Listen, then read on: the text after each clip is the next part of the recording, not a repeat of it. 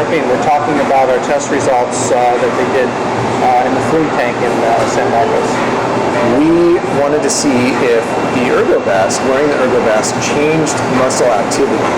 And so that was the primary goal of the study, and saw a significant reduction in muscle activity for the case when the vest was worn and inflated, but not for the other case.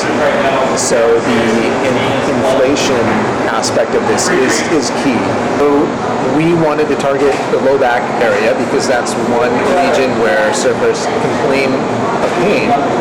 So the first muscle we examined was erector spinae, which is a back extensor muscle, and then we looked at 3 different shoulder muscles. The mid trapezius and upper trapezius are actually the same muscle but different regions, and then latissimus dorsi, which is a muscle that contributes to propulsion, the propulsion phase of the paddle. And we saw a significant reduction in muscle activity for the back extensor muscle, the erector spinae, and the mid trapezius muscle. So we saw a reduction when the vest was worn and inflated compared to the conditions of no vest and when the vest was worn not inflated. Okay. So do you see any sort of benefits to that by using our product? Well, one potential cause of low back pain could be the activity of this muscle, erector spinae. When it's active, it actually compresses the spine, so it clamps down on vertebrae and can lead to discomfort that way. So less activity, this could be the mechanism by which back pain is reduced by wearing this product. So we were also able to get a measure of trunk angle by looking at accelerations. And so these sensors also have accelerometers in them that are integrated into the muscle activity that we're getting. And so we can use them as tilt sensors. So they'll tell us how much the sensors are being tilted. And so we looked at how much trunk extension there was across the 3 conditions. On the shortboard, we didn't see any difference across the 3 conditions. And that could be due to just the action of the board itself.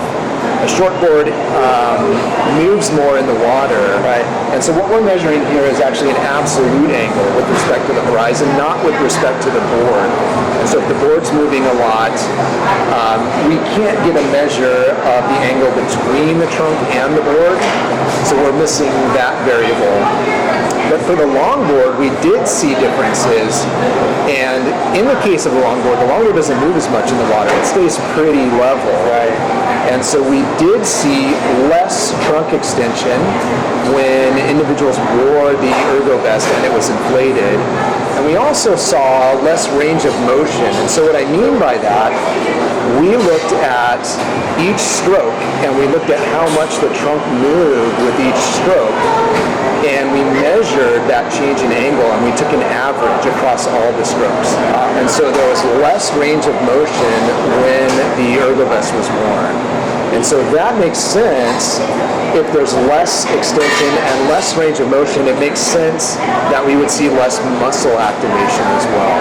So those are in pretty good agreement. The same thing could have been happening in the shortboard, but it would have been occluded by the motion of the board itself. Great. Well, I see this information being really helpful and knowledgeable as a physical therapist. I work pretty much just with surfers. I mean, I work with other athletes too, but I spend a lot of my time working with surfers. And, you know, a lot of the research now that we've seen, Oliver Farley and the other guy down in Australia, what is his name? James Furness did a great study actually recently looking at just the 3 top injuries in surfers, and it tends to be low back, shoulder, and knee. So what I see with this product, if we're getting this kind of result, you know, you're seeing the latissimus dorsi having a significant improvement in terms of less muscle contraction when wearing the vest, as well as those erector spinae. Just a quick pan over to the anatomy for a second. If you think about it, here's that lat muscle, the latissimus dorsi, starts in your low back, but it actually anchors around to your shoulder. So it actually affects both of those top two injuries, it's involved with that. Rectus spinae also, like Jeff alluded to, as they contract, they're clamping down on your vertebrae. So, effectively, some of us when we surf, we're getting back pain because of impingement of the vertebrae or the facet joints.